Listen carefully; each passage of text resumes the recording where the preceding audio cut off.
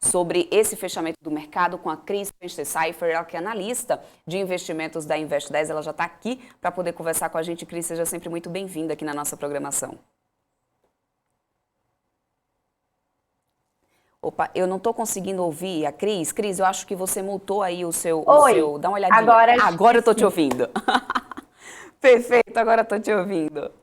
Vamos falar um pouco aqui sobre esse fechamento do mercado, Cris, entender um pouco essa movimentação. Como eu vinha dizendo, a gente teve aí 5 dias seguidos, né, de queda, o Bovespa acumulando queda, inclusive, na semana passada. Hoje tem aí esse alívio, inclusive, já com o efeito ali de temporada de balanço, por exemplo, é o caso da MRV, começando a falar pelas quedas, né? Esse número operacional aqui de MRV que não agradou muito, uma queda de mais de 11%, mesmo com ajuste ali do Casa Verde e Amarelo, ou seja... no setor, se a gente for olhar no setor como um todo, né, não só diretamente no papel, você está mais otimista para essa temporada de balanço, de resultados, ou você acredita que a gente deve ver aí nos próximos pregões mais pares ali do setor de construção aparecendo no negativo? Algumas empresas de construção já começaram a divulgar suas prévias operacionais.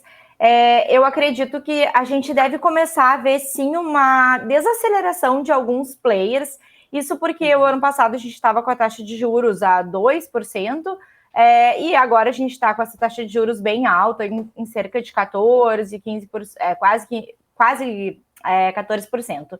Então, o que a gente vê provavelmente vai ser uma desaceleração, principalmente naquelas empresas que não são beneficiadas por programas específicos, como é o caso do Minha Casa Verde e Amarela. Então, o destaque hoje negativo foi a MRV.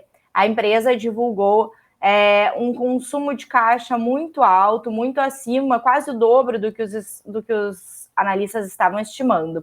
E a MRV foi impactada especificamente também por um consumo de caixa maior nas atividades no exterior.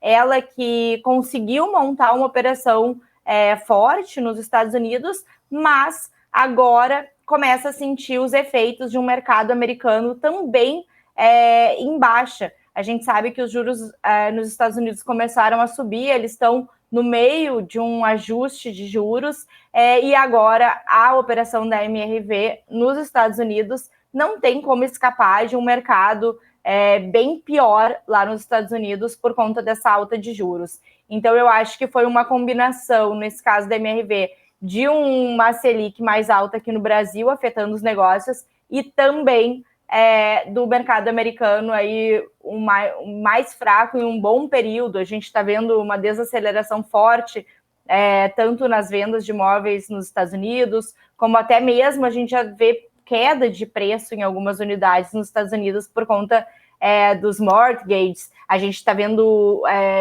financiamentos nos Estados Unidos chegarem a mais de 5%, 6% ao ano, o que já é bastante alto, e isso pesa muito na parcela que esses consumidores estavam pagando pelas suas moradias, pelo seu financiamento por lá. Então, apesar de ter sido uma entrada bem sucedida no mercado americano, agora a MRV está pegando essa virada de ciclo com alta dos juros por lá. Agora, é interessante reparar também que eu não espero o mesmo comportamento de todas as empresas. Como eu mencionei, algumas empresas acabam operando em mercados específicos, e aí aqui eu trago, por exemplo, uma comparação. A MRV também opera no Minha Casa Verde e Amarela, mas ela tem esses outros segmentos, como eu citei, dos Estados Unidos, enquanto que, por exemplo, a gente tem uma Cury que divulgou também recentemente suas prévias operacionais e gerou 60 milhões de caixa. Então, enquanto a notícia negativa para o mercado que fez a MRV cair hoje foi esse consumo de caixa de mais de 1 bilhão, o dobro do que era estimado por alguns analistas, a gente teve a Cury gerando caixa, 60 milhões de caixa divulgados na semana passada. Qual é a diferença? Aqui a Cury é uma empresa que atua unicamente no mercado da Minha Casa Minha Vida, hoje chamado de Minha Casa Verde e Amarela, que são as unidades voltadas para rendas inferiores, aí, imóveis de cerca de 250, 260 mil reais. E essas unidades desse programa habitacional não tiveram o impacto dessa alta de juros. Pelo contrário, enquanto a Selic subiu no Brasil, a gente teve mais incentivos para esse programa habitacional, a taxa de juros até foi reduzida nos últimos meses, e o preço dos imóveis que cabem, né, que são contemplados por essas faixas do Minha Casa Verde e Amarela, foi aumentada para como uma correção pela inflação. Então, dado que a inflação subiu muito, a faixa de preço de imóveis que entra nesse programa habitacional subiu. Então, empresas que estão atendendo a esse tipo de empreendimento imobiliário,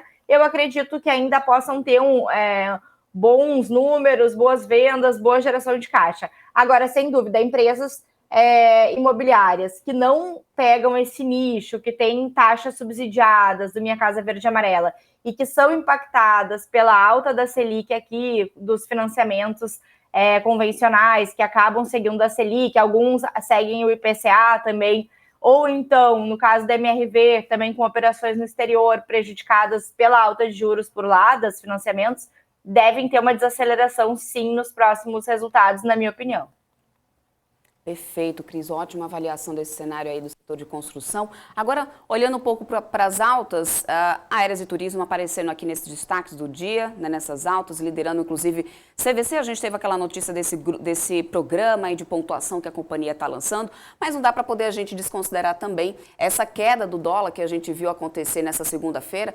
Dólar futuro agora 0,75, ficando aí no patamar de 5,30, né? A gente tem também o dólar à vista também fechando numa queda. E aí a gente também teve na Gol, na semana passada, esse anúncio ali de que eles realmente nos resultados não viriam tão interessantes, já também deram uma prévia ali de que perderiam o valor, né, das ações diante desse terceiro trimestre da companhia. Nessa situação, o dólar é o que poderia justificar pontualmente essa alta, porque se a gente for falar de resultados, as aéreas ali ainda estão capengando, ainda estão tentando engatinhar pós-pandemia, né? Sim, eu acho que o que ajudou hoje as aéreas primeiro que a gente teve, em geral, tirando a questão das construtoras ali, da MRV que divulgou sua prévia operacional, em geral, hoje foi um pregão positivo para as ações de crescimento, até mesmo as techs, as empresas de consumo. A gente teve lá fora uma visão um pouco mais otimista hoje do mercado e, por conta disso, também um dólar caindo frente ao real. E aí, eu acho que no caso das aéreas, a gente teve três fatores, três vetores que ajudaram elas no dia de hoje. Primeiro, como você bem mencionou, o dólar caindo frente ao real, dado que os custos das aéreas, boa parte, são combustíveis, e aí a gente tem o preço do petróleo e o câmbio impactando. Hoje a gente teve o petróleo no finalzinho do dia virando para uma queda, então, um petróleo caindo, com um dólar caindo, ajudam duplamente as empresas aéreas. E a gente teve também um pregão mais voltado aí para ações de beta mais alto, de crescimento, onde as techs se deram bem, as empresas de varejo também se deram bem, e aí as empresas aéreas são empresas que têm um beta bem alto aí e andam melhor nesses momentos de melhor humor do mercado. E, por fim, a gente tem dados, e aí não só hoje, mas que o fluxo de demanda por viagens tem crescido bastante no mundo. Então, eu acho que isso também é mais a longo prazo, né? Não só no pregão de hoje, algo que os investidores têm acompanhado, que é depois do pior da pandemia ter passado, o fluxo aéreo recuperando bem fortemente, apesar aí dos rumores e dos medos de uma recessão global. Agora, Cris, vamos falar um pouquinho de Ambipar, né? Que eu sei que você manda muito aí na companhia, no papel. Atualmente aqui no Brasil, né, segundo o comunicado da companhia, a reciclagem de vidro ainda é pouco relevante, né, com muitas oportunidades de crescimento, assim como também no mercado mundial, né, que apresenta uma escassez de acesso a vidros reciclados. Essa compra pode significar que é um bom momento para poder investir na Ambipar? Qual a intenção deles em fazerem essa compra?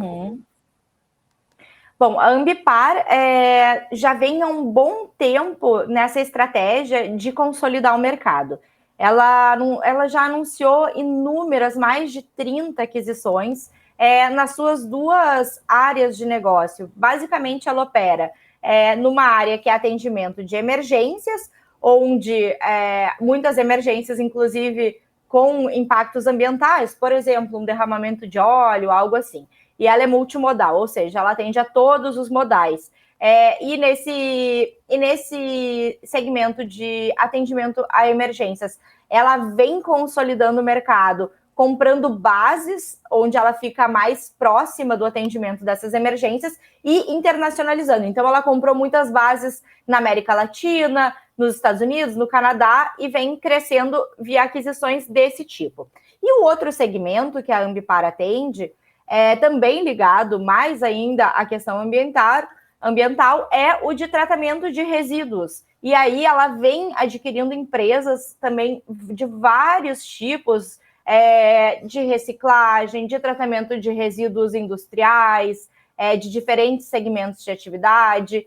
E aí, como você citou, tem a questão da reciclagem do vidro. Mas não só isso, né? Ela comprou empresas de vários itens de reciclagem de papéis, empresas que atuam também na venda, na geração e venda de crédito de carbono. Então, ela vai fechando, né, os gaps por meio de aquisições. E ela é, sem dúvida, na minha opinião, o maior player SG do Brasil aqui, né, aquela sigla de governança social, ambiental, corporativa, por conta justamente dessa sua dupla atuação, tanto nas emergências quanto nos resíduos. E aí, essa é mais uma aquisição, ela vem sendo muito intensiva em crescimento, crescendo mais de 200% aí no ano a ano, quando a gente compara, fazendo esse tipo de aquisição. Então, ela compra outras empresas que atuam na cadeia de reciclagem, de tratamento de resíduos, de vidro, de papel, de metais, enfim, inúmeros resíduos industriais, e com isso ela vai oferecendo essas soluções para os atuais clientes, que são empresas, e também adquirindo novos clientes com essas aquisições que ela faz e ampliando a sua capacidade de tratamento de resíduos. Eu acho que esse é um segmento que está crescendo muito no Brasil e no mundo, mas ainda é muito pequeno e é algo que não tem volta, né? Assim, tratamento de resíduos, ESG. A gente viu esse assunto ser deixado um pouquinho de lado agora com as taxas de juros e com rumores de crise.